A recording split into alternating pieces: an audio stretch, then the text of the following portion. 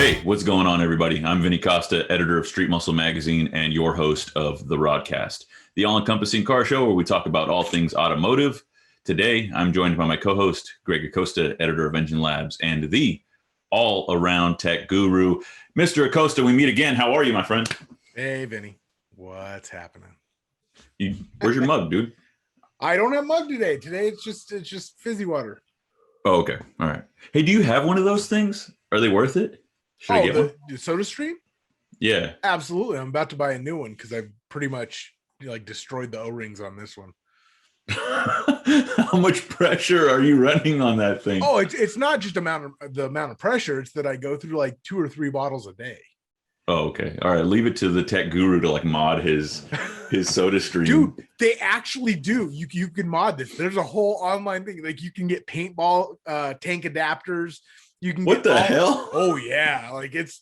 What's the subreddit on that? I don't know. I don't go on Reddit. I actually don't have an account on Reddit, which is neither do I.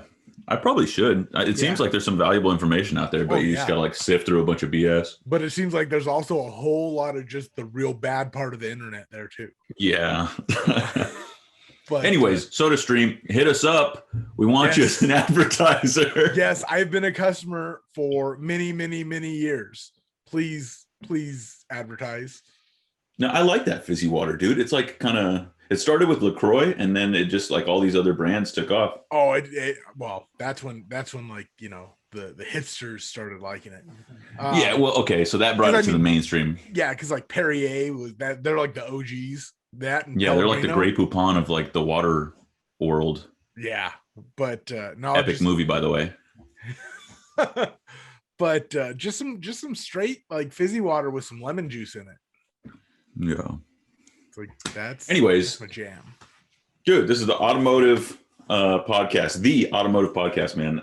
We're over here talking about fizzy water. If you guys like it, drop a comment in the comment section. Let us know what your flavor is. Anyways, by designing, engineering, and building the most powerful, reliable, and advanced centrifugal superchargers on the market, ProCharger has been the industry's leading aftermarket supercharger manufacturer for 25 years. No matter if you're looking for 3,500 plus horsepower for a record-setting Pro Mod, or looking for a DIY system for your street car, truck, or motorcycle, ProCharger has the perfect supercharger system for you. For more information on all the amazing ways you can bolt on 40, 50, 60, or even 100% more power to your ride, visit procharger.com. Greg, I want to kick things off by starting to talk about some current events in the automotive industry. One in particular is one that we've been discussing for a little while, and I know that you and I did not exactly see eye to eye on it in the beginning, but you're coming around, and that's on the new Mustang Mach 1, not the Mach I would say, E. Yeah, the Mach 1. I would say the coming one around, true Mach. I would say coming around is an understatement because I was very much like, oh, it's just a rebadged Bullitt. I'm a little bit salty. I'm not gonna lie.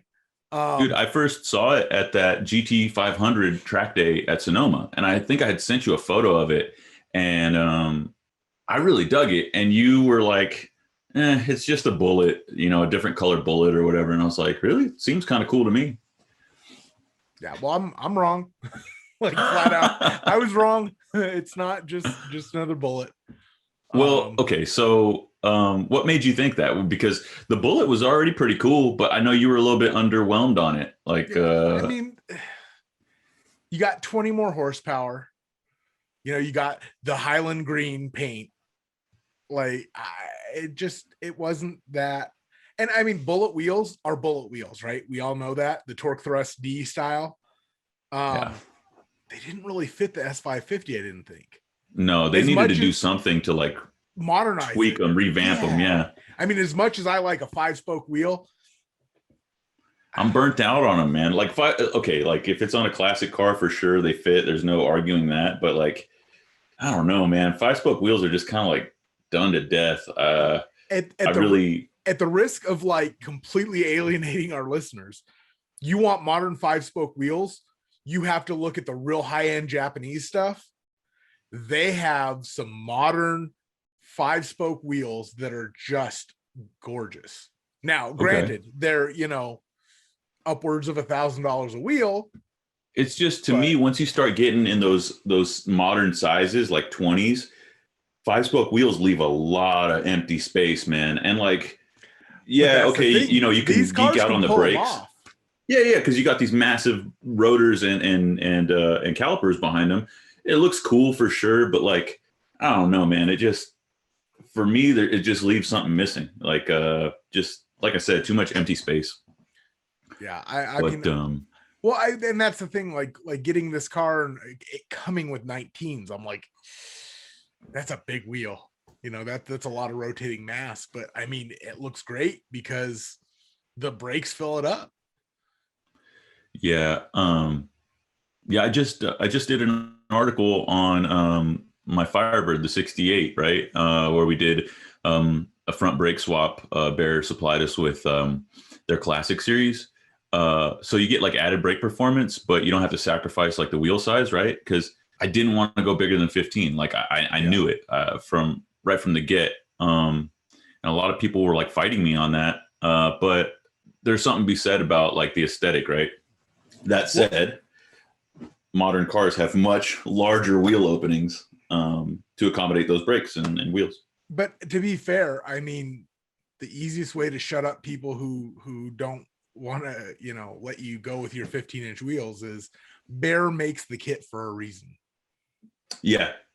Yeah. There are options. I mean, but those ones are really economical, dude. Like you get a dual piston caliper, you get drilled and slotted rotors, and it like the kit's all in one, dude. You don't even have to like make your own lines. It was really easy to install. Um, and it's like all comes in for under $700. Wow, that's impressive. Yeah. And you get the Bear name. I mean, you got the caliper that says Bear, which is pretty sweet. I know some people might not care about that. I think it's cool, but yeah. Anyways. Yeah, I mean, you're not going to get an argument from me considering the black car has bears all around. So, you know, I love those things. They're rad, dude. It's like it's a flex. It is. And it's probably my favorite part of that car. And the funny thing is, I have never just stomped the brakes to see what would happen. Like I've never experienced the full braking potential of the black car. It sounds like we got to do some 60-0 testing, dude. Yep. I think you're right. But hey, we're getting off on a little bit of a tangent. Yeah. I want to talk more about this Mach 1.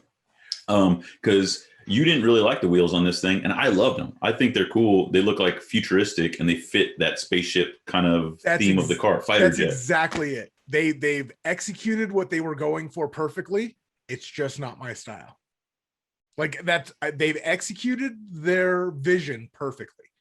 The wheels, they do exactly what you just said. They're that spaceship, real modern. You know, exactly the complaint I had about the Bullitt. These things fix. I just don't like them.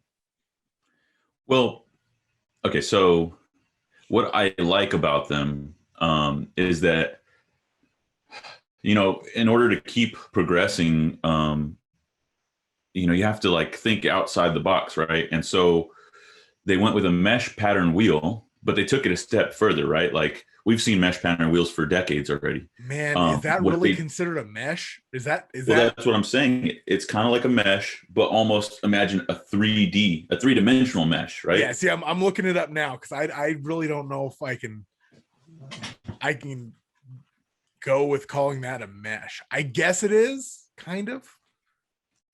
But yeah, what would you call it? I'm gonna throw up the picture that Steve Turner published of Ford Muscle. I don't know what I would call that. I really don't. It's wild. I mean, it's cool. It's like a spider web kind of. I dig it, man. Let me see. I'm trying to hunt up a picture just of the wheel itself.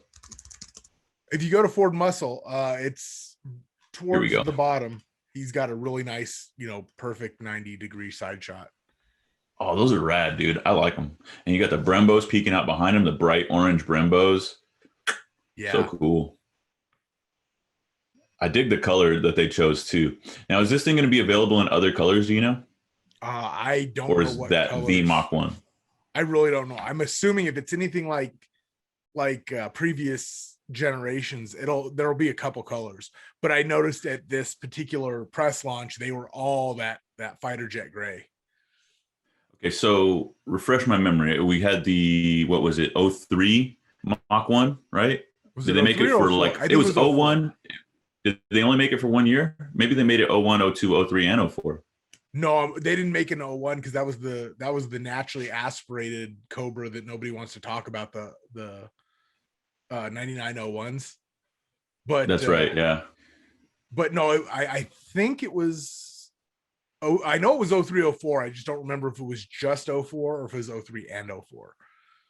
They had some cool colors. They had that red color, the blue color, Yeah. and black, right? Yeah. And maybe I think they might have had like that grayish color too, right? No, that wasn't a factory color back then. Let's see. But no, that was cool, man. That was the naturally aspirated 4-valve. I guess they had a white one too. Yeah, with the shaker hood. Yeah. Like, and that's what I've read a lot of people commenting that this doesn't have a shaker hood like the Mach 1 is known for. That's a big deal for a Mach 1 to not have a shaker hood. It is. Especially because when you're talking about like the 03, 04 version, that was actually functional. Mm-hmm. One of the only times Ford has ever put a functional scoop on anything. But yeah, I mean, I helped install one of the kits on a non-Mach 1 way back in the day. Yeah. But I don't know how, like, looking at the engine bay and knowing that this Mach 1 really is aimed at like on-track performance, I don't know how you would have incorporated the shaker hood with the, that big thick strut tower brace they have in there. Okay, well, let's talk about that though, right? So the original Mach 1 was geared toward the same thing that this Mach 1 is geared toward, right? On-track performance. Mm-hmm. But then you look at the past two iterations of the Mach 1, right? So you had the 03, 04, and then you had, when did they make the other one? The S, they didn't make one for the for that 05 to 09 generation? Nope. Okay. They did make a shaker though, didn't they? Something had a shaker. But I know because one of the articles said something about like a 19-year return or 19-year. Yeah, they didn't make one since the 0304. Okay, I guess the shaker hood was just an option that carried over, people installed. Yeah, because it looks exactly like the one from the 0304. So people were just like retrofitting them.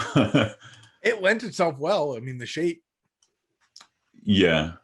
I mean, if you look at, people were taking, oh, that's cool. So there's a kit for the 05 to 09 that basically makes it look like a first gen Mach 1. So you got the shaker and then you have like that kind of pointed hood. Okay. It looks pretty cool, actually. I like that. But anyways, okay. So then you got the 0304 and then you got this one now. Yeah. I think it's a fantastic return to form, dude. If that was their goal. Well, you got to remember when the 0304 generation, the SN95 Mach 1 came out, I was like deep into drag racing. So I don't remember how they marketed it because all I cared about was drag racing. I doubt it, dude. It still had a live axle. It didn't have the IRS like the 0304 Cobra. I mean, if they really wanted it to make like a track beast out of the car, they would have carried over the IRS from the 0304 Cobra and put it into the Mach 1. Didn't they? I unless they did, and I'm totally wrong. I really don't remember. I'm pretty sure they did not. No, you're right. They were still the solid rear axle. Yeah. It was the 9901 Cobras that had they were the naturally aspirated ones with the independent rear suspension. Those things are slept on just because the styling is like not so great on those. But I think the IRS was cool, even though it was like not as good as what came next. But yeah. I mean, look at how many guys took the IRS out of the 0304 Cobra and swapped it for like a GT rear end. It's like, it makes me cringe. By that same token, think about how many people when the Coyote came out immediately locked out all the variable cam stuff. Yeah. I mean, people don't always jump into the new latest greatest technology and embrace it. They go back to what they know and what's comfortable. I think that's a good point, but is it also like, you know, they're making something that's purpose built, right? Like, so while I'm going drag racing, like who cares about an independent rear suspension? Like you know what I mean? Yeah. Yeah. You really didn't see like street guys. Well, I mean, I guess fast street guys, but again, they're drag racing. So Yeah, I don't know. But back to this new one. You were reading an article by Steve Turner, who is like a Mustang guy. yep. And you said that he kind of sold you on it a little bit more so than you already were. Yeah. What did he say? He basically said, and I'm paraphrasing because I don't have the article back up, but it's over on his article for Ford Muscle. And he basically said that it had the spirit, it was built in the same spirit as the EcoBoost high performance package, which is just like nimble, light fun. And I don't think that's what the Bullitt was intended as at all. You know, I think so. Yeah, that spirit. You know, yeah, that's my cup of tea. Obviously, because I have the high performance pack sitting in the driveway. Well, let's run down some of the specs, right? Okay, so I'm on the website right now. I'm looking at key features. So if they are, in fact, gearing this toward on-track performance, they start at the beginning. They start in the interior. So you get Recaro cloth sport seats, but it also looks like leather is an option. So if I had to choose between the two, I would actually choose cloth. Mm-hmm. I'm kind of bummed out that they don't have like a suede or Alcantara option, because that's my favorite, especially like on the steering wheel. So I gotta think like that's a very expensive thing. I did notice in all the pictures I've seen that it looks to be a standard S550 steering wheel. It's not. Yeah, it's a round steering wheel, no flat bottom. I don't really like that.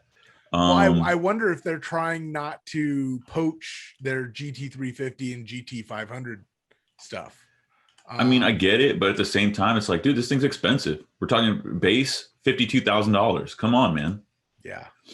Give me some premium stuff. Give me a flat bottom steering wheel. Give me Alcantara seats, Alcantara steering wheel, Alcantara shift boot, whatever, dude. I want to see that money spent. But historic, like when I was shopping around before, honestly, like you can get into a Mustang for the least amount of money, but Ford is like quick to take things away for that lesser amount, right? You get more for like at the base level from Chevy and Dodge. Yeah, but are the bases the same price or does Ford? No. Yeah, so Ford undercuts them, but it comes at a price. Yeah, I mean, but that's I hate to say it, I would rather have a lower car payment than certain features in a base model car at some point. And I think that's like the Mustang mantra, dude. Yeah, just strip it down, and let's go fast. But I like things like a nice LCD screen in the center console, a heads up display, things that you don't get in the Mustang. Like we're looking at this Mach 1, which is like a premium, supposed to be a full featured car, and we're complaining about the steering wheel. So, or at least I am. I mean, don't get me wrong. I used to drive around in a car with one seat and that was it, and a roll cage. Like I was very much the Spartan, I don't need anything. Man, I'm not going to lie. Like all the little, cause I got the slightly upgraded electronics. Oh, your car's nice, dude. Yeah. You have like the upgraded stuff, but I'm not going to lie, on my little road trip, I'm spoiled as hell. I'm like changing stuff on the steering wheel and I'm enjoying the hell out of all my creature comforts. Do you have heated seats in yours? No. I wouldn't have gone for that. I don't. Well, you live in Arizona, so. Oh, but you live up in the mountains. I mean, I know. I like heated seats, dude. I never had them before. Before I got the Camaro, and I do. Now, what I do like is air conditioned seats. Yeah, those are cool. I would probably spend money on that. Like, but the heated seat part, not so much. Like, doesn't do it for me. Okay. Well, look, $52,000. You still get Recaros. they're just, not my favorite ones. So I guess, but they didn't build the car for me. They built it for, everyone else. So if you like a round steering wheel, I guess, whatever. The cool thing about this one too is though you can get it in an automatic, which you couldn't get. You couldn't get a Bullitt in an automatic. So for those of you who are lazy, or just prefer the comfort of an automatic, or you drive in traffic, whatever, you can get one in this car, which is cool. And then from what I was reading as well, it's not the same 6-speed that you can get in all the other Mustangs. It's the GT 350's Tremec 6-speed. Cool. So that's going to be the we were just talking to Misty over at Silver Sport Transmissions about that transmission this morning. Or is that the one from the GT 500? That was the one. Yeah, that's a different transmission. Never mind. What is it? This is why we have the internet, so we can look things up immediately. Ask Google. Let's see. Okay, so 52 Gs. I'm still sell me, Ford. Come on, I'm on your website. I like the Mach 1 badging. I think that's cool. Well, that's always going to be cool, and that's been cool since 69. Mm-hmm. So they do have the same brakes which the Bullitt had and the Performance Pack Level 2 had, which they've killed it, because on the Performance Pack Level 2 they're black, like the 6-piston Brembos, they're black. Period. On the Bullitt they were bright red, and these ones are like a kick-ass orange. Yeah, so it appears if you want some color on your badass 6-piston Brembos, you've got to go either Bullitt or Mach 1. Now, Ford Racing Performance Parts or Ford Performance Parts, if you're listening, please make that front kit available as an upgrade over the standard black ones, because those are pretty and I like pretty things. Yeah, dude, like I'm not like so much about loud colors, but if you have like an all black car or just whatever solid colored car, it's a cool way to like just add a pop of color. Yeah, just a little touch. So I was asking you earlier if they were available in any other color besides that, like fighter jet gray. Yeah, and they are. It looks like there's like a grabber blue. I think I saw like a silver one. So there are other colors. Are they available in that yellow, that new yellow? I'm not sure. Let me go down to exterior features. Because I mean the yellow, I know they brought back yellow for 2021. And I was really disappointed they didn't have it in 2020, because that triple yellow, that was my jam. I love that color. I would have picked it over the iconic silver, hands down, but they didn't have it. But I have not seen the new yellow in person, so I can't say for sure whether I like it or I don't like it, because on the internet it looks a little bit lighter. Dang, I don't see any color options. Okay, all right, let's build one. But I mean, they've done like a really good job. I'm just looking at all that, and like Steve points out in his article, I don't want to say parts bin, but they have taken from a lot of different performance oriented Mustang models. There's stuff from the GT350, GT500, the Performance Pack Level 2, which was also the Bullitt. The Bullitt was kind of a fancy Performance Pack Level 2. But they've really given it a lot of unique features at its price point.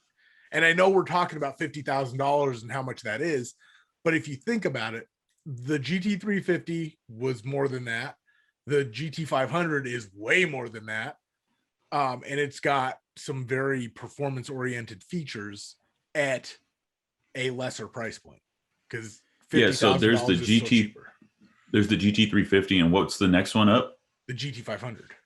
No. There's like isn't there like a GT350 like? Oh, the 350R. Oh, is that what it is? Yeah, there's the 350 and the 350R. Okay. Yeah, like one has like 1 horsepower more than the other. The R, I would imagine. Yeah, I believe it's all like track stuff. Like you Yeah. can get an electronics delete kit and a rear seat delete. And Okay. So I'm looking at, there's two, right? So if you go on the Ford website, here, I'll share my screen. Host disabled attendee screen sharing. Okay, never mind. No, it's easy. I just gotta, there you go. Okay. You'd think we'd been doing this long enough to know to unlock screen share, but. Okay. So when I go onto the build Mustang thing, we have the regular Mach 1 starting at 52,720. See, now look at those base wheels. The wheels they have on there. Those are horrid, dude. I'm not saying they're great, but I like them. I would rather have those than the crazy ones. Yeah, I know. You can make faces at me. I really don't know if they can see that you're making faces at me, but like, dude, that's no. How dare you blaspheme on the show? I totally disagree. But okay. Then you scroll down and you have the Mach 1 Premium. So it's like a looks like a $2,000, just shy of $2,000 upcharge. Looks like about $1,700. Yeah, it looks like it's all like luxury items because that's usually what the premium is. So it's aluminum foot pedals, cloth heated and cooled front seats, heated steering wheel, memory driver seat. Let's see. What I'm seeing in there that I don't recall seeing before was cloth heated and cooled. Right. I would probably have signed on for some cloth cooled seats. All right, let's go with the okay. The let's go base. with the Mach 1. Let's see what we can do here. Okay, so you can get the grabber yellow. You get grabber yellow, iconic silver, twister orange, velocity blue. Click on that grabber yellow. Let's see what it looks like. Because to my eye, this looks a lot lighter than triple yellow. I like that. It's a little bit like, I need to see it in person, but that's a little bit light for my taste. That's kind of cool, man. I dig it. I'd have to see it. Yeah, I'd have to see it like in the sun. I wouldn't like it if it got washed out, but I'll tell you which color I really like. That twister orange. Okay. Which is a $500 upcharge. I am surprised. Wait, so where's the gray? Oh, that's a great question. Let's see if that's a premium thing only. Yes, it is. It is. Oh, wow. So they just suckered us into spending, a little bit more. Fighter Jet Gray also requires the following changes. The Mach 1 appearance package, net price change $1,000. So essentially, we have now just jumped up to a $56,000 car just to get gray. Just to get the gray, which is like the advertised Mach 1 color. Man, I don't know if I could say no to that, but okay. I see what you did there, Ford. I see what you did. Let's keep going. So like, if I'm looking at this from like the long haul perspective, I'm purchasing this car, so I'm imagining I'm going to keep it, and eventually, since it's a Mach 1, it'll be a collector's item. I would want that gray. I would pay the $1,000 to get the gray. Oh, but look at the price difference. I know. We just went from 52 to 56. Yeah. But you're also getting all the upgrades. So, okay. I like you said, I see what you did there, Ford, but all right. Okay. Okay. So then you got the stripes. We'll leave it black with the orange. And I don't think you can actually change this. Okay. Okay. So then let's look at the powertrain. 5-liter TI. What's this TI variable? Variable cam timing. That's what I figured. Okay. Yeah. Transmission. So you're going to pay $1,500 extra for the 10-speed auto. That's not that bad for how awesome that 10-speed auto is. I mean, I know, but come on. But, the 6-speed comes with rev matching, which is awesome. Yes. And that is one disappointment I have that the Getrag 6-speed that I have doesn't have, because it would be cool. But honestly, if I'm buying this car right now, I don't know which direction I'm going with transmission. Because I just finished driving in traffic all weekend with a stick. Modern autos are not the autos of yesteryear. They're fun to drive, man. You got paddle shifters. It's cool. I know, but it's also the rev matching Tremec. So I really don't know which direction I go. So just pick one and let's keep rocking. Like, let's look at this from our viewers' perspective, right? What do you think most people would choose? If you're watching, drop a comment in the comment section. Let us know which one you would rather have. You think they would pick auto? I think so. Okay, then we'll go with auto. It's faster. It's easier. Oof. It's getting damn near close to that 60G mark. I know. Okay, packages. So it's got the 700A stock. Okay. Enhanced security package. Wheel locks. Well, but that's the thing. If you click on it, or the little I button up in the corner. It doesn't tell you what it is. Sometimes it looks like it's just wheels. I know locks, that's the picture, but sometimes on your insurance you get a break if you have the enhanced security package. Yeah, that's a good point. I don't know what it is because it doesn't say anything and it's just a picture of wheel locks, but I'm not paying $400 for just wheel locks. Sorry. No, and if you're paying upwards of $60,000 for this car, like you've optioned it out, you ordered it from Ford, you better not be parking this thing on the street. That's all I can say. All right, so we got handling package. Got to do it. Whoa! No, did you just see that? I saw how much it was worth. I don't care. You got to do it. Man. Oh, you have to. You have to. But can we just look at the profile on this thing? Yeah. Good Lord! So click the little I button. Let's see what the handling package includes. Ooh. Okay. Includes 19 by 10.5 in the front and 19 by 11 in the rear. Tarnished, dark, painted aluminum wheels. Wow. Those are the wheels you love. There you go. I do like them. I think they look really good on this car. All right. 305s in the front and 315s in the rear. Do you know how bad that's going to hurt when you have to do your first tire replacement? Well, okay. So how much more meat are we talking compared to the Bullitt? Right, because we were comparing those two. I want to say 255, 275 was the Bullitt. Wow, that's quite a bit bigger, dude. That's like you're going from 255s up front to 305s. That's like, or it might have been 275s all around for the Bullitt. I don't really remember. Either way, that's quite an increase. I like it. Oh, that's significant. So go click that button. Add it to our package. For sure. I want to see what else you get. You get adjustable tops, strut top mounts. Okay, rear spoiler with the gurney flap. Sick. Yeah, the swing as they call it. The splitter in the front. Revised chassis tuning. I wish I knew more about what that means. I guess just like some strengthening, like bracing in certain areas, probably. Probably that and suspension tuning as well. I'm not exactly sure what they consider chassis tuning versus suspension tuning, but I'd like to see like a rear seat delete and maybe like a crossbar in the back seat. That'd be kind of cool, like they did with the Laguna Seca. But I think in that case, you're getting into the 350 and 500 territory. So that's a good point. I'm not sure. Okay, so rear wheel lip molding. Okay, so what? Just like a fender flare, I guess. I guess, yeah. All right, well, we're getting it. Ooh, dude, look at how much better it looks. Why is it not clicking? Add it. Well, hold on. Oh, it's on there. I can't take it off, dude. Okay. Well, we're at 61,000 now. Did it get added? I mean, it has to. Look, it's got the wheels on. Yeah. Okay. Performance package that is included. What comes with the performance package? We already clicked on that. Ooh. Oh, no. This breaks it down even more. Okay, so just the performance package, not the handling package. Yeah. It looks like they had 255s up front and 275s in the rear.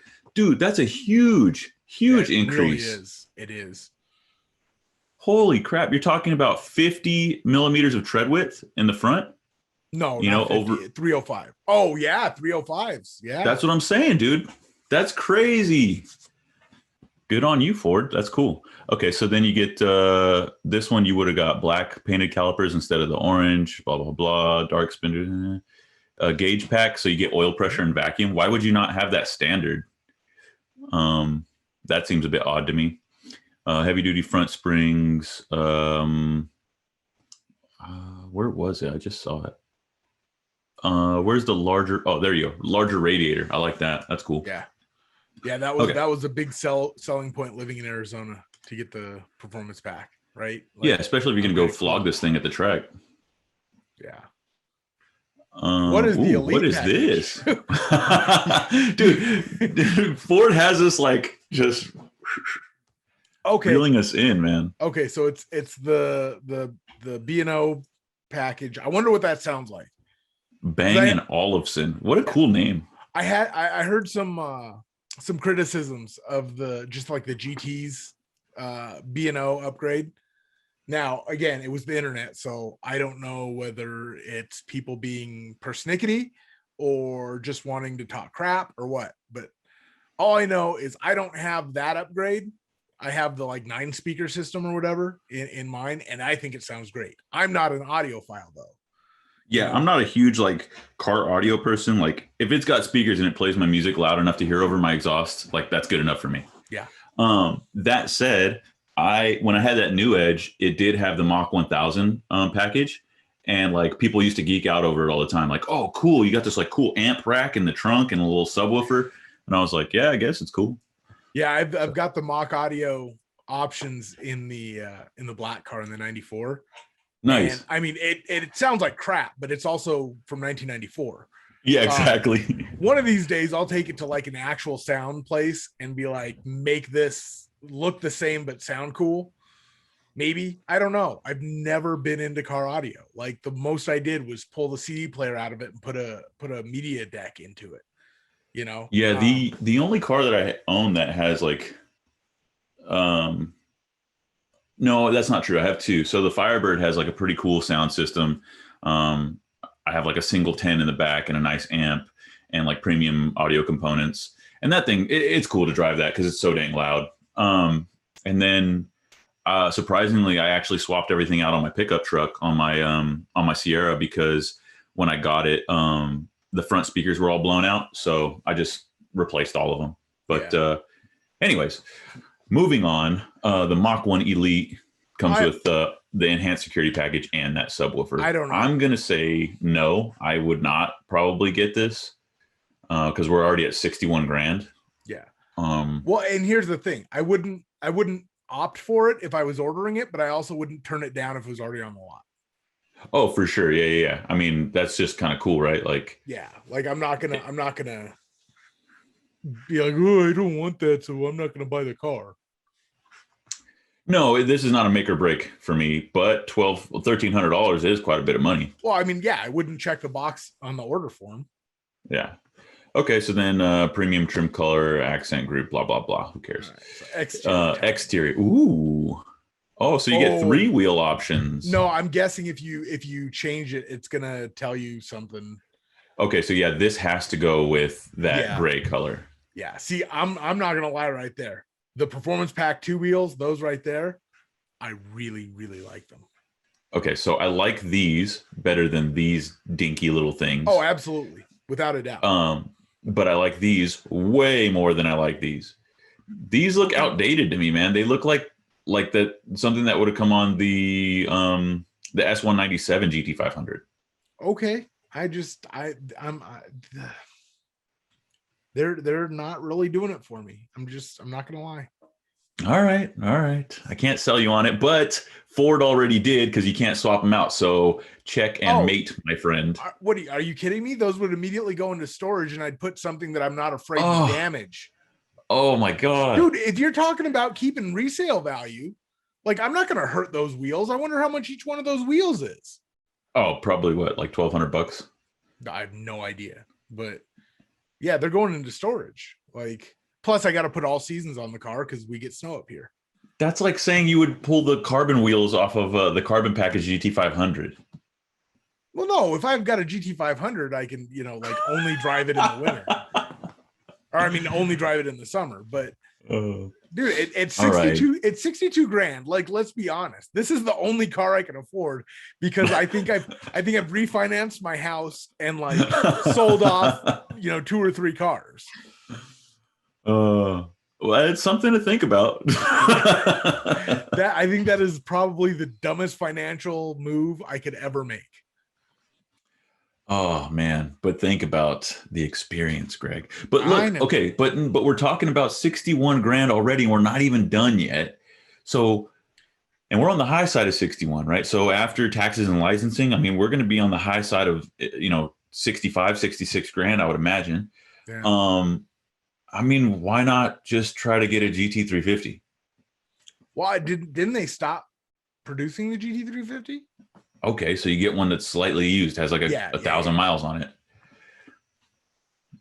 All right. So, active valve I'm not performance gonna lie. exhaust. I love that system, especially because Yeah. I have a neighbor who likes to comment every time I start the black car, and she doesn't complain about the silver car at all. It's cool, man. I like that active exhaust. At this point, like, why not include it on every car? Yeah. I mean, cost, I get it. No, I mean, like, why not have it as an option on every car? Okay, blind spot information system included. Cool. Magnaride, of course, For included. sure. Awesome. Performance rear spoiler, no, not applicable. Performance rear spoiler with the gurney flap, already got it. Mm-hmm. Let's see. Tire type, no. Yep. You already got the 305s and the 315. Okay, so interior, let's take a look. So you can get gray on black, or you can get black and orange. I'd probably stick with the black and orange. Yeah, just because of the it looks. theme. But you can get the leather, the all black leather. I'm not a leather guy. Like, well, it says to me, leather, leather's whatever. It says leather trimmed. Let's see. Oh, it already comes with these because we selected the Mach 1 package. Wait, so those aren't Recaros then? I guess they are. No, because look below them. Look below. Scroll down a little bit. Oh, so the Recaros are upcharged too. A $1,600 upcharge for the Recaros. All right, we'll click on them, see what we get. All right. I bet you give up the heated and cooled functions. You do. Yep. Non-adjustable head restraints. Does not include heated, cooled, or memory function. So you basically you're paying $1,600 for Recaro racing seats. I would say no. I'd stick with the regular leather trimmed ebony ones, and then I'd buy my own racing seats. Yeah, I gotta be honest. I made the call to skip the Recaros in this generation. I mean, they're rad, and they're like a factory option. So like in the future, they'll increase the value of the car quite a bit. But like, come on, dude. I like my power seats. I'm turning into like an old man. I'm like, dude, my one seat in the car that I used to have was a fixed back racing seat. Like let's be honest too. Like, you look at the factory seats and you compare it side by side to the Recaros. I mean, yeah, okay, the Recaro is probably a lot lighter, et cetera, et cetera. But look, these are not, it's not like they don't have any bolsters. You know, they're going to hold you in place. Yeah, for sure. I say we stick with the regular leather. And I got to be honest, if those are anything like the factory, like Mustang seats, the regular factory ones, they are comfortable. Okay. Like like I said, I've road tripped mine and I got no problems, no complaints, zero complaints there. Dude, I'm sitting here looking at this car and like the profile of it, I just love it. It's so cool. All right, let's see. The 12-inch LCD digital instrument cluster, that's included. So awesome. Let's see. What does it say about that? Nothing. Yeah, that thing is cool. Active anti-theft system included. Aluminum foot pedals, cool. And you can't see it because that round steering wheel. Ford. Dude, seriously, that steering wheel looks old as hell, doesn't it? It just looks like, I don't know. I'm not saying anything because it's the exact same steering wheel in my car. So no, I think it's cool. I don't know, man. Come on, give me a flat bottom. Give me some bolstering here on the side for my hands. I don't know. Anyways. Isn't there a song about that? Flat bottom steering wheels making the world go round. Clever guy. Am I a little off on that? Little bit. But all right. Oh, wait, whoa. Go up that ambient lighting. Don't tell me that's an upcharge. What is that? What is it? So that's basically, you do the my color on your dash, right? So you get to make your dash whatever color you want. The ambient lighting ties into that. And it's really cool. Don't get me wrong. My friend has the Explorer ST, and it's got all that whiz bang, fun stuff. Okay. It's really, really cool. But do you have to upgrade to it? Yeah, I feel like that's like a. What happens when you click it, or is it already included and it just doesn't have the little included tab? Oh. So you have to get the leather trim sport seats. You have to get that color. Yeah. I don't like that. But okay, I'm not giving up the seats. Okay. The comfy seats. Okay, so I feel like this ambient lighting with my color stuff is a real. Who are they marketing that to? Kids? Because look behind me. Who do you think they're I like colors. Like, no, I get it. That's a good point, but at the same time, it's like, dude, that's so gimmicky. It's not for me. I don't know. It's executed very well in the Explorer ST. I'm sure, but it's like too close to underglow for me, dude. Like, come on. What is this, 2001? It's nowhere near that ricey, that Fast and the Furious. Dude, what do you think about like people handing over the keys to like the rice culture to Mopar owners? I think it's so funny. I think that meme has so much truth to it. It's hilarious. But Mustang people too, and come on, Camaro people too. If you have vinyl stickers of like claw marks over one of your headlights, you're a ricer, bro. I'm sorry, dude. Or lady. Here's the thing: I saw so many different Mopars with splitter guards this weekend, and I had to explain to Jamie why I was like scoffing at all of it. And I'm like, they have remove before delivery molded right into the part. Not the point, bro. You got to know this is a cat or a scat pack. But that's the thing. Not a single car that I saw this weekend actually came with them from the factory. Oh, wow. Like they were somebody went to eBay, and there's some tech who's just like filling up the bins. Oh, I'm sure. And just like, and then grabbing them. Like, I'm taking out the trash, boss. Goes and puts them on eBay real quick. Yeah, I wonder how much those are. I'll have to hunt that up here in a minute. But yeah, man, I don't know. But I don't know. I guess JDM make some cooler cars again, and get your culture back. But right? that new Supra and the new that new Z car. Can we pause real quick? What's up? Mentioned the Supra. Yeah, we're in the same price category. This and the Supra. This wins for me all day long. 100%. Those things are going for 60 G's. Yeah, they were like 50 something. Like 50. No way, bro. I'm not paying that much money for a car that makes 330 horsepower.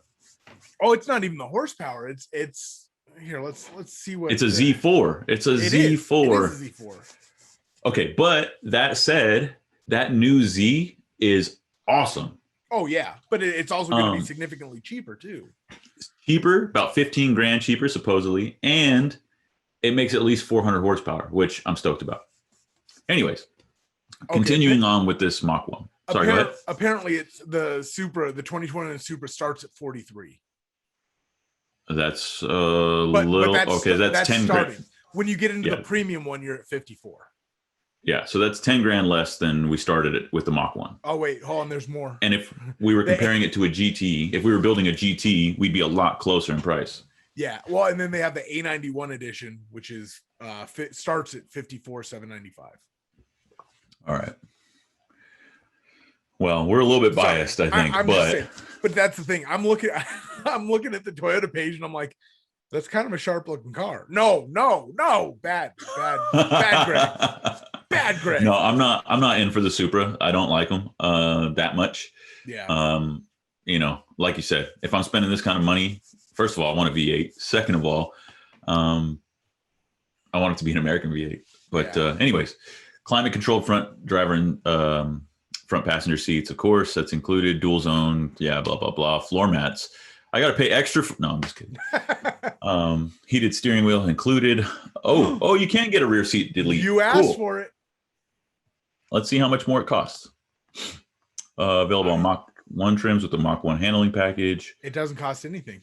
Dude, that's cool. So you can get this on the Mach 1 if you get the Mach 1 handling package. And the only other Mustang you can get this on is the GT500 with the carbon fiber track pack. That's pretty badass. That kind of tells you where they're, that's cool. That's awesome. That's very cool. Okay, so you do get charged something. Wait. Net price change, $250. Yeah, so you pay $250 for it. Okay. What the heck? Why do they charge you $200? They should give you $250. Yeah, it's probably a lot cheap. Well, I don't know, man. Economy of scale. I don't know if it's really cheap. It's like specialized. They probably have to like pull them off the assembly line and whatever. Okay, so memory seats, blah blah blah, color accented doors, blah blah blah. Okay, so HD radio with 12 speakers, you're gonna pay $1,000. No, thanks. No. That's not. Oh yeah, that's the BO upgrade. Yeah. And then B&O upgrade. Wait, do you already get this? I wonder how much it costs. Let's see. Yeah, $1,200. Oh yeah, but that's because you have to do the whole elite package. Yeah, I thought we already did that. No, we skipped it. Okay. Sirius, blah blah blah. Voice activated touchscreen. No, I don't care about that. So we're looking at about $62,000, Greg. Yep, it's only $1,000 a month, man. Yeah.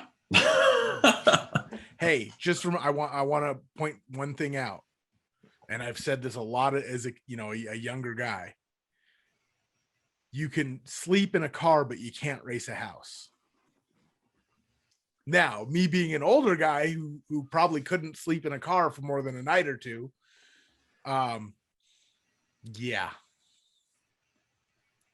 Listen, I'm not anybody's accountant, and I'm not going to tell anybody how to spend their money. $1,000 a month is quite a bit, but that's relative, right? If you look at what you're getting for that money, it's a different equation. You know what I mean?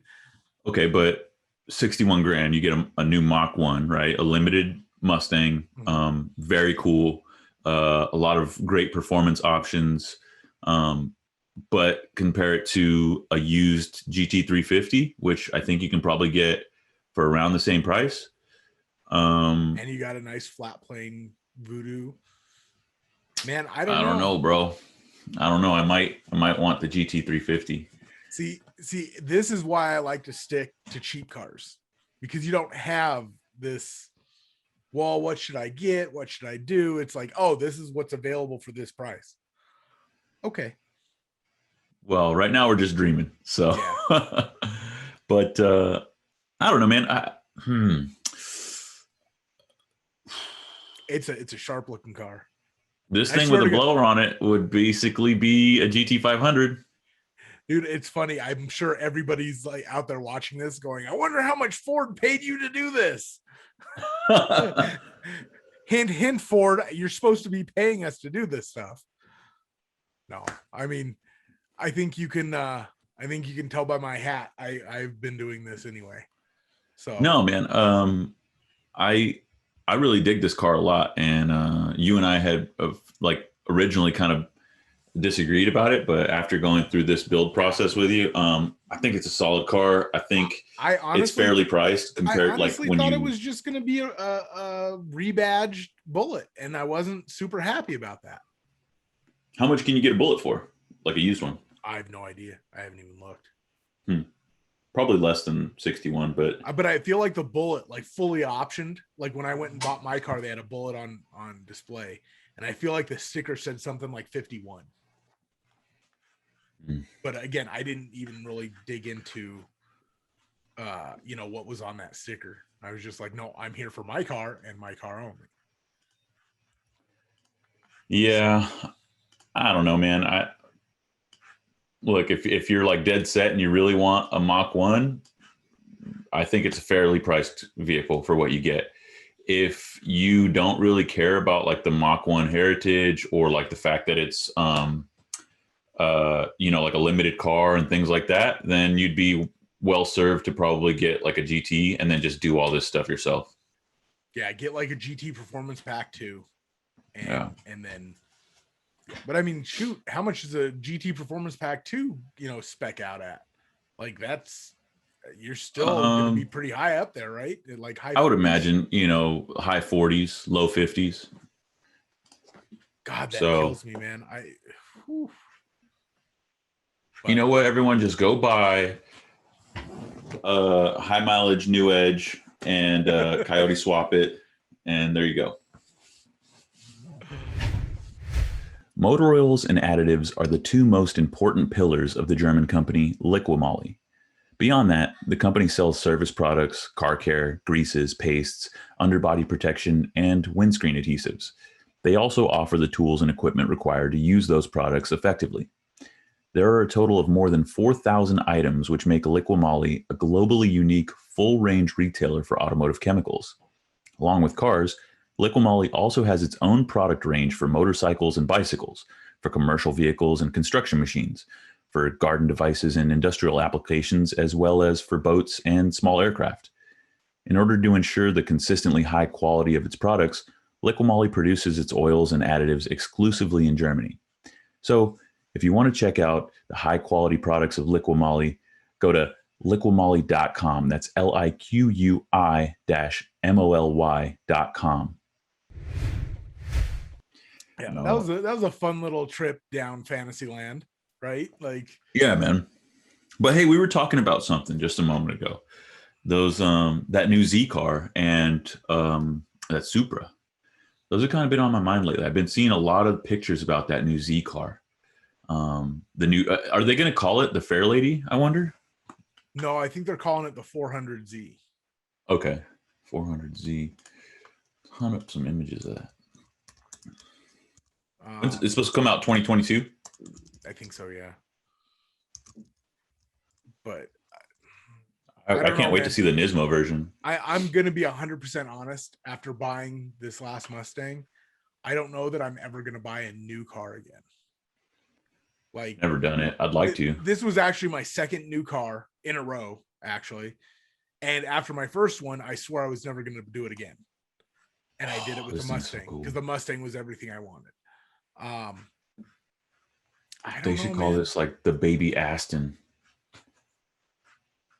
I don't think they could do that in marketing. I think there's some rights infringement there. Where'd it go? Yeah, it's sharp. It is sharp.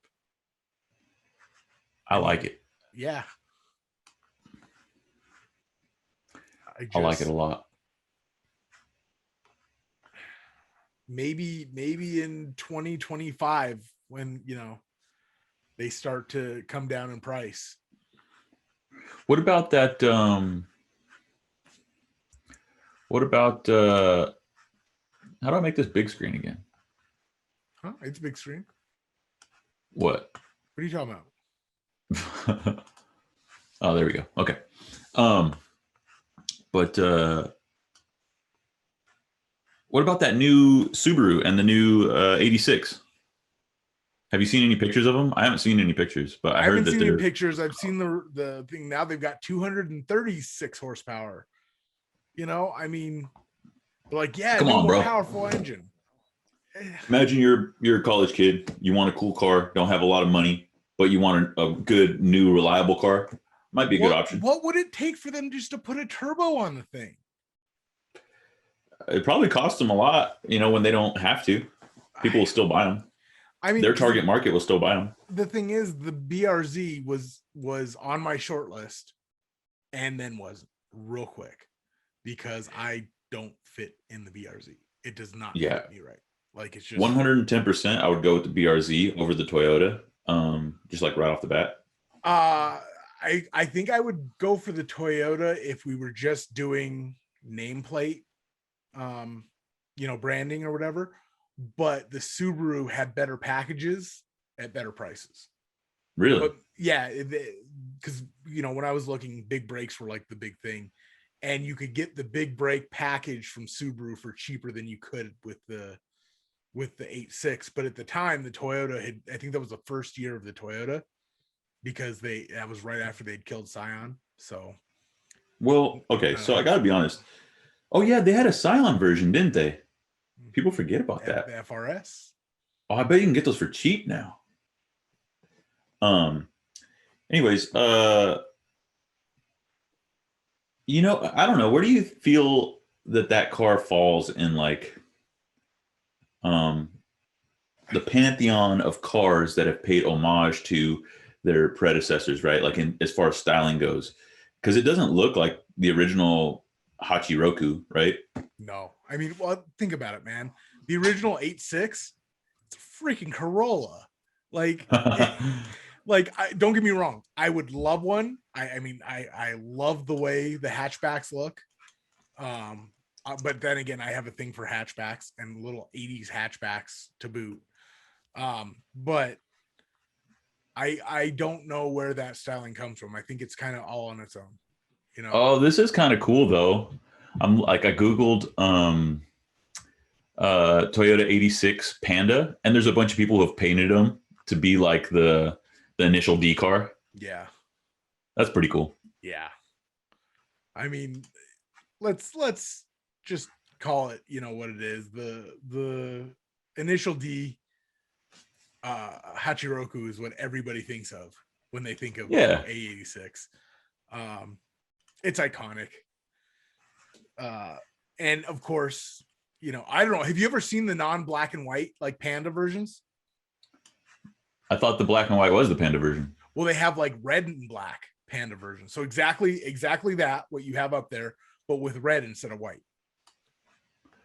No. Oh wait, yeah, I have seen that one. It's pretty cool.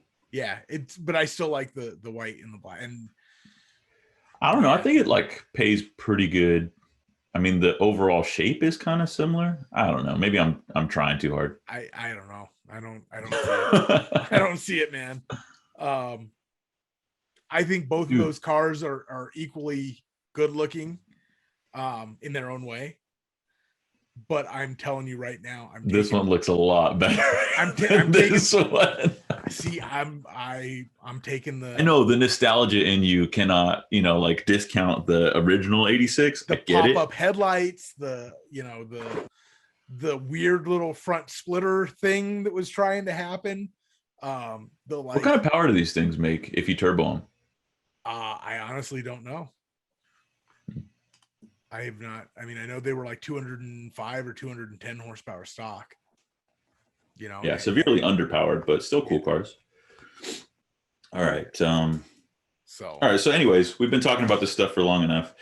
Let's talk about. You have a couple projects that you're working on, and you have some parts that came in, right?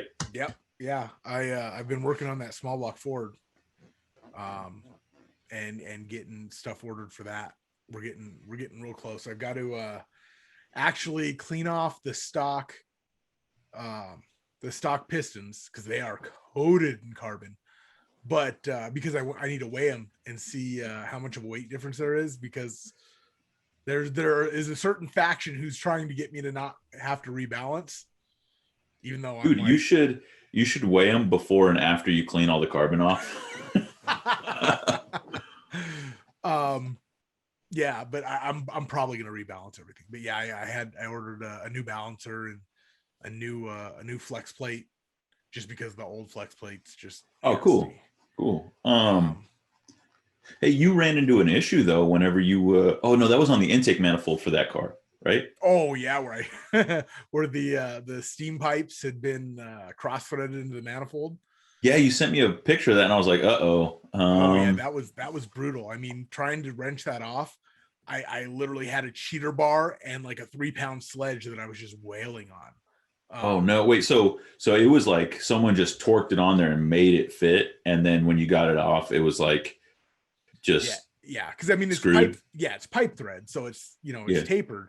So I don't know. I honestly do not understand how any human being got it to where it was.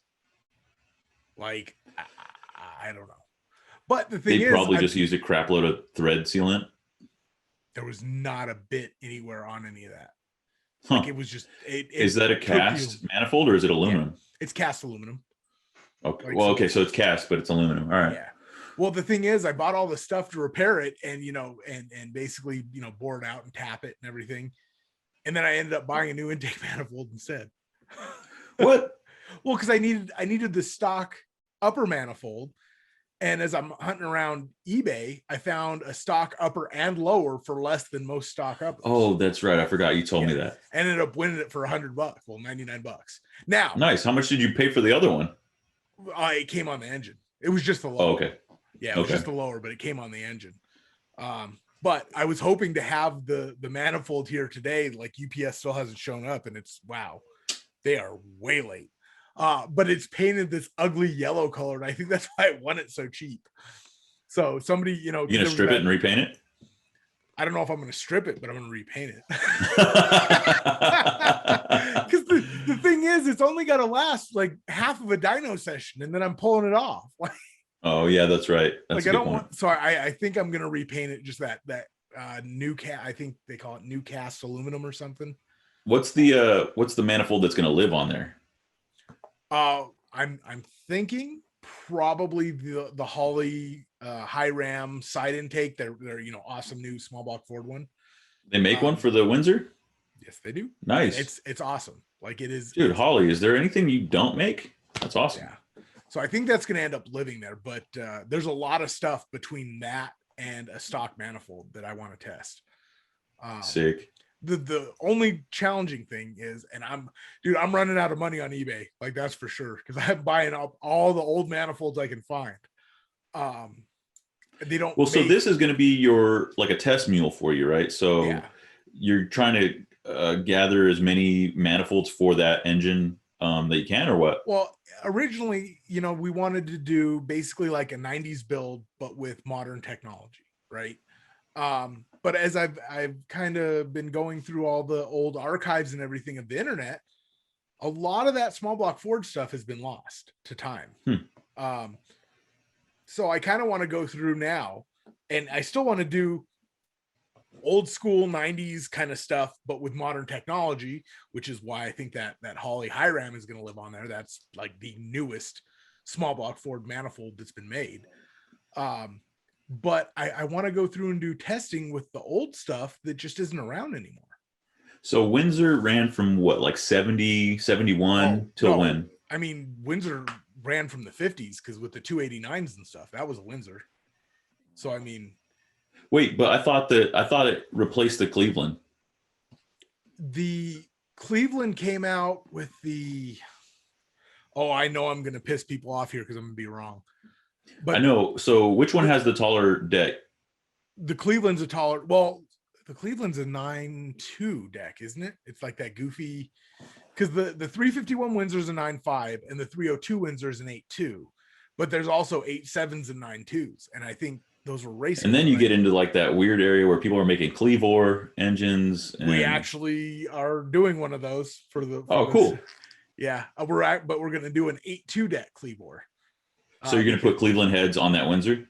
Not on mine. No. It's on Bob McDonald's setup. But yeah, we're basically going to build a newer Boss 302 Clevor. Sick. Yeah. That's awesome. It's going to be really cool.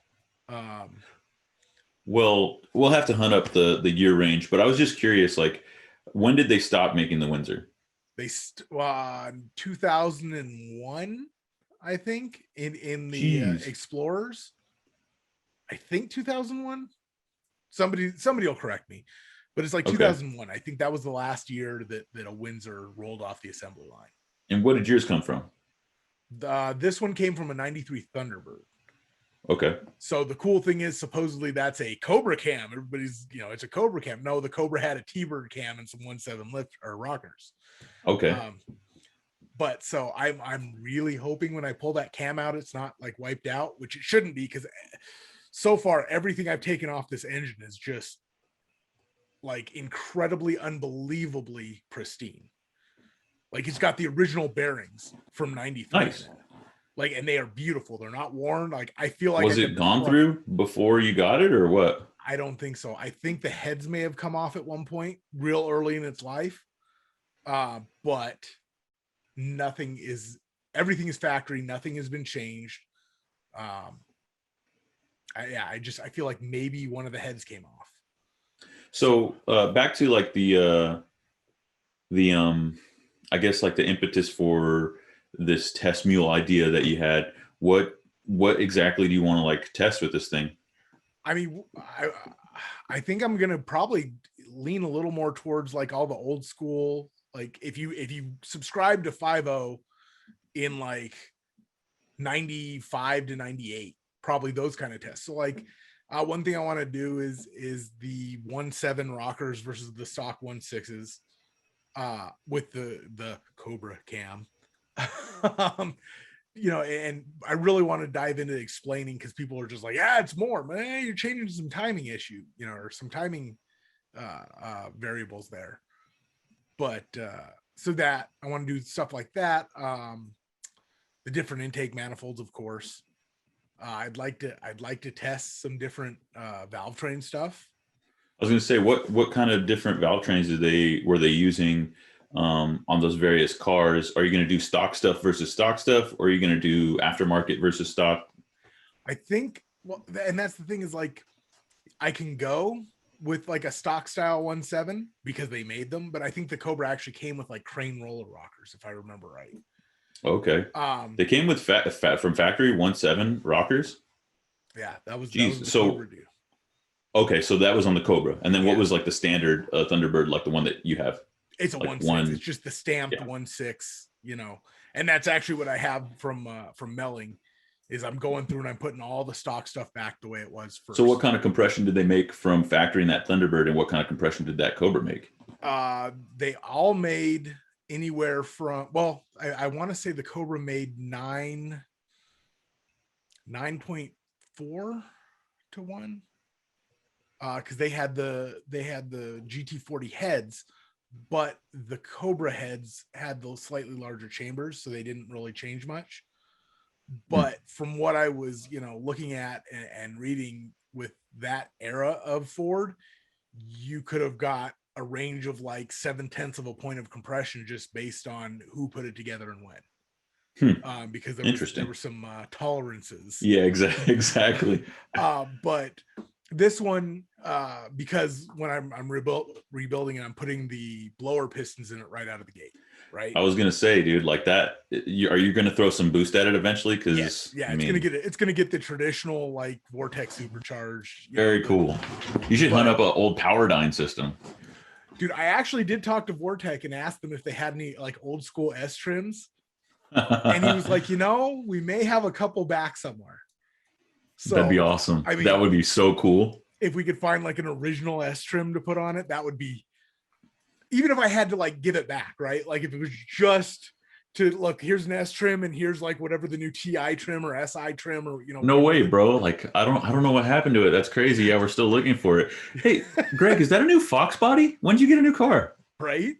But so the one thing I'm doing right off the bat is because 93 was the first year it didn't come with forged pistons from the factory, so they're hyper-eutectic. So I'm like, well, I'll just put some forged pistons in it. And since I'm going to go to 2618 pistons once we do boosted stuff anyway, I was like, I'm just going to start with 2618s, and I'm going to bust some myths while we're at it, because like a lot of people are like, you can't run 2618s in a street car, without boost. And it's like, well, look, if it was my daily driver, I probably wouldn't do it, but nothing's going to blow up. Like when I talked to UEM about it, they were like, man, it's going to be fine. Like it's going to be fine. So, we're kind of doing some stuff to kind of poke the bear a little bit, stuff that people are saying, you can't do that. What's the rest of the rotating assembly comprised of? It's going to be stock pistons. Yeah, but they're not forged or anything. They're just like cast. The rods are forged, and then Okay. I think the factory crank is forged as well. I'm not 100% Really? sure on that. That's cool. Heck yeah. But I mean, the crank was never the weak spot in the 5-liter. I got you. So we'll be addressing that as well, because I've already talked to Moroso. They're one of the few people that still makes the girdles, and it will be getting a girdle because I would like to make more than 500 horsepower. Yeah. Well, that's cool, dude. That's a cool project. I really like the spirit of it, and it'd be cool if you don't test it to death. It'd be cool to see it go into a car someday. Well, it would be really fun with all the things we've talked about putting in the black 94. That I think is the thing that would be most fun, because it's the engine it was supposed to have, a blower. Like, I think that would be fun, but I also want to do some stuff to upset people with the black car. Okay. You know, like just things that would upset people. Well, you got that LS there that you're also working on. Just saying. I don't. Oh, you don't want to piss them off that way? No, I don't. Yeah, I don't think that would be the right engine. Well, that's not very provocative by today's standards. Yeah, I mean, I'm just saying I don't think that the way the black car is built, I don't think it would do well with that LS. Like, they just wouldn't match right. That's a good point. But yeah, I know what I want to do. I just don't know if it's realistic, because I don't, you know. Well, maybe that's a conversation for another day. For sure. But and there's a couple people who are sitting there going, I know what he's talking about, because I've made sure I'm not insane, you know. Well, you have some cool ideas, dude, and I think like the ideas that you have resonate with your audience. You know, like they like to see, there's like the standard stuff that you can go hunt up on the internet that's out there, and then there's like cool stuff that's maybe, like you said, forgotten. That I think it's cool that you want to recreate it. So, right on, man. I mean, obviously, I care about it enough to spend all my own money, because it's parts that aren't made anymore. It's not like, we can go to a manufacturer and say, hey, what do you think? We haven't made that part in 20 years. Like, go to eBay. Go find it on eBay, man. Well, okay, but so you got that dampener, right? Yep. And what else? And then I got all the Melling supplied me with a bunch of the factory replacement valve train parts, just because it's one of those things where I don't know if these stamped steel rockers are bent or not bent. You know what I mean? It's like, it's inexpensive enough that even if I had to buy it, I'd still be buying it. And it's nice to start with a fresh base. So they sent me over all that stuff. I'm still waiting on the back ordered lifters. Well, something about what is it? Yeah, we're talking a 28-year-old hydraulic lifter. Doesn't sit well in my tummy, Like, I don't know how it was stored. I don't know how it was treated. Who'd you get the replacement lifters from? Melling. I mean, they're all factory replacement parts. Like, no performance stuff at all. Like, we're gonna test this thing as it was supposed to be, from the factory. We're gonna start from a real baseline. Very cool. Not throw a bunch of go fast parts at it and be like, look, this stock 302 made 350 horsepower, because they didn't make 350 horsepower. But, well, I won't ask you to unbox them here. Maybe you shoot a video of that on your own if you want to. And as you can see, they're piled up behind me because I have been so short on time. I literally have just been stacking boxes. Everybody at home, if that's something you want to see, drop a comment in the comment section. Let us know. And while you're at it, hit the subscribe button, and do us a favor, click like, and hit the notification bell. And if you're watching this on Facebook, we appreciate it. Head over to YouTube and subscribe, please. And also, we've been doing something new, trying to expand our social reach on Instagram, so you can watch cut downs of our full length episodes on there as well too. So, yep. But Greg, I think maybe this would be a good time to take a break and have a word from one of our sponsors. What do you think? Sounds good to me. Cool. We'll be right back. Oftentimes, when we talk about performance fasteners, we talk about things like diameter and bolt material. However, the devil's in the details, as they say, and ARP's attention to the detail is what sets them apart in the marketplace. ARP's rolled threads use compressive force to form the threads, which not only makes a stronger thread and bolt, but also smoother threads over the easier to mass produce cut threads. Additionally, ARP doesn't form the threads until every other step of manufacturing and heat treating is complete in order to ensure the strongest threads possible in a fastener. This all results in a fastener that exceeds aerospace specifications for both strength and dimensional tolerances. To learn more about ARP's manufacturing techniques, you can check out the articles on Street Muscle Magazine or visit their site at arp-bolts.com. And we're back. So thanks you guys. But if you guys like what you're seeing and watching, do us a favor and go over to streetmusclemag.com and subscribe to our newsletter. We've recently launched a new type of newsletter called Overdrive, where you get exclusive content that you can't find on the website and you can't see here. It's only for those subscribers. So if you're into late model and classic muscle, go check that out. We got features, tech, heavy, like in-depth features that you guys don't see on the website. It's all exclusive content. So go check that out. It's really cool. I get to put that together personally. So it's kind of like my baby right now. So go check it out. I mean, you've been putting a lot of work into that. It's a cool thing. We've been sending out regular newsletters for a long time, and it's just basically like a recap of what's already on the website. And those are cool. They serve their purpose, but there's a little bit different. It's like curated content that I get to put together. I put my own spin on it. So I hope you guys like it. Go subscribe. Anyways, Greg, we were talking about some projects that we have going on. Yeah. I know we've been talking about one of yours quite a bit.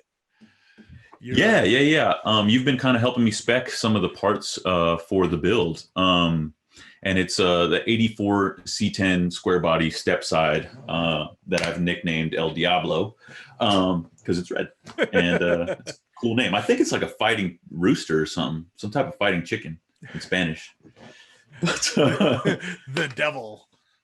No, but yeah, it's a cool truck. And it's funny because I got it. I did a little bit of horse trading and I got that truck right around the time that our buddy Ivan started building his, I think it's a bump side. I can't remember if it's a bump side or a dent side Ford, like pro touring build. Yeah, it's an F100. Project F word. Yeah, very cool. Go over to fordmuscle.com and check that out. There's a whole build series. You can follow some of the stories on Street Muscle too, but it's a little bit easier to find on Ford Muscle. So go check that out. Really, really cool truck. He's been working like gangbusters on that thing. Basically complete overhaul. He's left the patina on the outside, but really, really premium components everywhere else. He's got the Godzilla engine under the hood. New Tremec. No, he's got an illuminator. Oh, excuse me. Sorry. Yeah. He's got the illuminator on the hood, backed by a new Tremec T56, I want to say. Yeah, the big. He's got a Magnum. He's got full QA1 suspension. Awesome, like monster bear brakes. Really cool Rocket Racing forged wheels. This thing's been built to the nines. I believe he's got. I can't remember what kind of fuel system he's got in that thing, but it's really trick. He spent a lot of time building that thing. It's really cool. So I kind of was ribbing him a little bit. You remember, Greg, when I first got this C10, because I was saying, hey, if I LS swap this thing, I bet I can hang with you on the autocross when the time comes. And it kind of made sense, right? Like he late model Ford swapped his truck. I could potentially late model Chevy swap my truck. And so it would be not exactly apples to apples because I really wanted to enter this from a budget mindset. But I still think that would be a lot of fun, right? If we can get both of these trucks out on the track at the same time, one high dollar build, one low buck, a budget build, both with the same intent, right? So I'm going to keep goading him and we'll see if we can get him out there. But that means I got to LS swap this thing, dude. And right now it's got an anemic 305 under the hood.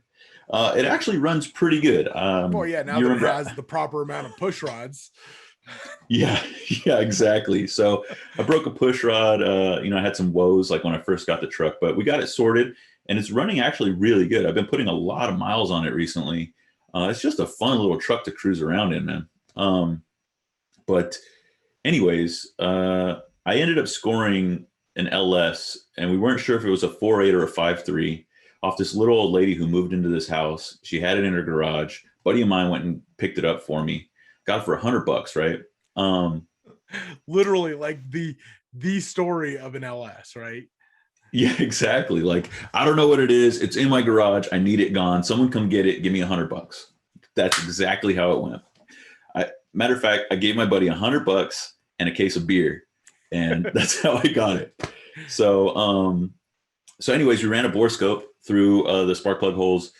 After I kind of like gave it a nice good cleaning, made sure the rotating assembly, nothing was seized. It was rotating fine. The cam looked good from the valley. I opened up the valve covers, all the springs and rockers. They all looked fine. But again, I wasn't sure. So you helped me kind of figure out, what to look for. And for those of you at home who are running into the same issue and aren't sure what you have, an easy way to find out is to go on Amazon, purchase a really cheap bore scope. I spent like an extra $5 and got the Bluetooth version. That way you can use an Android or an iPhone. Mr. Baller gets the Bluetooth. Yeah. Too good for USB. Yeah. So, well, because I didn't, a lot of those are a little bit like, you don't know if they connect to iPhone or Android. It doesn't really specify. So I figured get the Bluetooth. I think I paid $20 for it. So you stick that in the spark plug hole, and what you're looking for, because these blocks are stamped 4.8/5.3. And if you're an LS person, I mean, you already know all this stuff, but for people who might be new to the platform, this is good information. So the 5.3 has a dished piston. You're going to see a ridge along the outside of the piston. And the 4.8 has a flat top piston. And so you obviously won't see anything. And it's pretty easy to tell the difference. Just hunt it up on Google and you'll be able to tell straight away. So great. It's a 5.3. Yes. After all that. I was like, okay, I got to LS swap this thing. Who do I talk to about this? I call you kind of say, okay, well, this is what I think. But then I call Brian Havens, who we had on the show last week. And Mr. Havens is like Mr. LS. He's the editor of LSX magazine. And so he said, oh man, you should run the Edelbrock ProFlow system. I did it on my truck. All I did was a cam swap from Comp and this Edelbrock system. And he claims to have picked up 110 horsepower on just those two modifications, right? So the 5.3 that I picked up didn't have an intake, didn't have a front drive assembly. It was basically just, the long block. The short, it's a long block, and that was about it. So it was kind of perfect. So I reached out to Edelbrock. We're in talks. They're helping me kind of figure out what we're going to do. The cool thing about the cam that we spec'd is I don't have to change any of the other valve train components. Yeah, I'm going to just NSR. Exactly. So you can use the stock springs, which I'm going to replace. You have to pull the heads off anyways if you want to replace the lifters and all that. You can do it kind of like the cheapo way and just replace the cam. But since this is kind of a mystery motor, I want to go through it and see what's going on in there. But judging from those bore scope pictures you sent, it needs the heads off, just to be sure. Yeah, we'll see. I'll be interested to see like the lifter buckets, see what shape those are in, because those are a good indicator. Like literally of what shape? Like what shape? Yeah, exactly. Those are a good indicator of like mileage and use. But I mean, dude, these things run for a long time. So knock on wood, we'll be all right. Just remember, don't look at your cam bearings. Yeah, yeah. Just close your eyes and jam that thing in. Just don't even look at them. Exactly. So we'll swap the cam. One thing that we're doing different that Brian did was he used the 4150 style ProFlow, and I'm going to use the plenum style, more like what you're accustomed to seeing on an LS. So I'm pretty excited about it. We man. also did one other thing, right? Because he did the Thumper NSR, and you're going and you're looking at a different line of NSRs. No, because I talked to Trent over at Comp a little bit more, and we determined that that the original NSR Thumper cam is the one that we should go with. Okay, all right. And it's a master kit, comes with everything. And here I thought you were gonna do something different and cool. No, they do. So they do have that drift cam, which is really cool. But for our purposes, I think the Thumper is going to be a little bit better. And like I said, it comes in a master kit. So you get the timing chain, you get like the springs and basically everything else that you need. I know, but all of the RPM all the time. Like, yeah, if I was going to turbo this thing for sure, I think that'd be cool. But no, I get it. It makes sense. It does make sense for what you, because I mean, this isn't an autocross truck. Right. Like it's a truck that I want to autocross every once in a while. Yeah, I get it. I just when I saw you open to the idea of doing some like 7,500 RPM camshaft, I was like, yes. Yeah, and then I saw the shape of the pistons just like caked in carbon. I was like, maybe not. But anyways, so that's what we're gonna do. And I got to collect the rest of the parts for the fuel system and like the motor mounts and stuff. But I am going to retain the Turbo 350 that's in there because, again, budget oriented. I want to work with what's already there. And I want to do this as simply as possible since that ProFlow system is like all in one. I think it'll be a pretty cool little truck. And then beyond that, we're going to do some suspension things and brakes. And that'll be pretty much it, man. Yeah, it's going to be a fun little truck. That's for sure. Yeah, man. I got to put like Harry Speed Shop stickers on the doors. Kind of reminds me of that truck. No, it doesn't. Yeah, that was a Ford. I know it was a Lightning, and yeah, I know, but I mean, it's you red. Want to crack the front bumper too? Like, no way, dude. This one's steel. That would crack my teeth probably. But yeah, so that's a project that I've been kind of sinking my teeth into recently, and we're getting some things rolling. Obviously, at the end of this month, we got LS Fest coming up, so I've been busy with that as well, kind of planning. And let's see, I got some things in the works for our other projects that I can't talk about just yet, but stay tuned. Check back with streetmusclemag.com, and you guys can see everything that we're working on.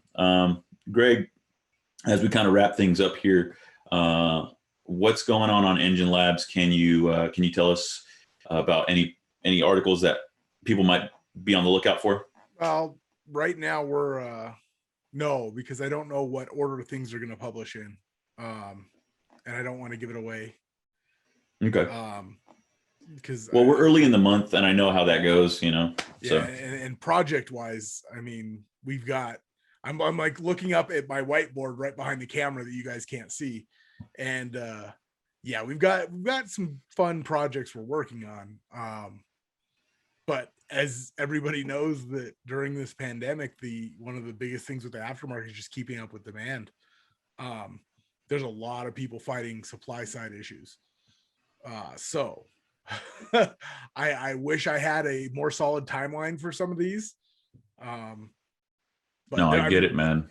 There's some stuff that's written on this board that won't wipe off. It's a dry erase board, but it's been written up there so long that it won't wipe off. You know what, man? I think that our audience, more so than like a lot of people, would understand that, that's just the nature of the industry right now. There's a lot of items that are just back ordered. Yeah. And that's, it's not really anybody's fault as far as like manufacturers or whatever, but we just gotta be patient right now. And it's not even just supply stuff. I mean, just the physical volume, because like I'm waiting on some labor, and it's just where my spot was. Like I got in line just like everybody else, and I'm just waiting. That's what it is, man. A lot of people at home.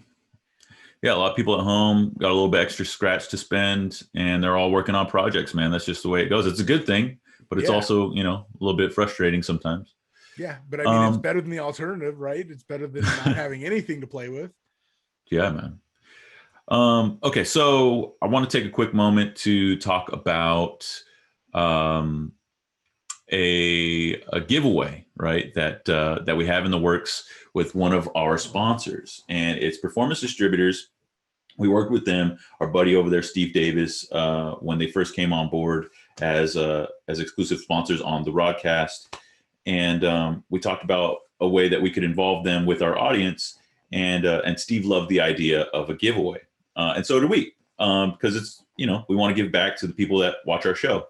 So Greg and I will link to another video that'll give all the details. But basically, if you want a chance to win either a new distributor from Performance Distributors or their SOS coils, so if you have a classic car or a late model car, they'll have something for you. If you want a chance to win one of those setups from Performance Distributors, go to that video and we'll try to put one of these little bubbles, doobly-doos, or in the video. So follow that link, and again, we'll drop it in the description below. So if you can't see it, then go to that one.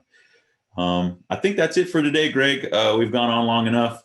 Let us know in the comment section below what you think of the Mach 1. I know we spent a lot of time on that, building that. It was a lot of fun. Greg, maybe we need to do it more. Let us know if you guys want us to do a Chevy or a Dodge. Hit that like, comment, and subscribe button. I want to take a moment to thank our sponsors as well. ProCharger, ARP, Performance Distributors, Liqui Moly, Silver Sport Transmissions. Thank you, guys. Tune in next week at noon. Got anything, Greg? No, I think we covered everything. And Ford, if you're watching, I'll take whatever color Mach 1 you want to send my way. Like, I'm not going to be picky. Whatever you just have too many of, you can just, ship one over. Yeah. I know I gave you guys a lot of crap about that round steering wheel. It's not that big of a deal. Yeah. So. No, see, you got to give it to me, not Benny, because I like the steering wheel. All right, guys. We'll see you next week. Peace.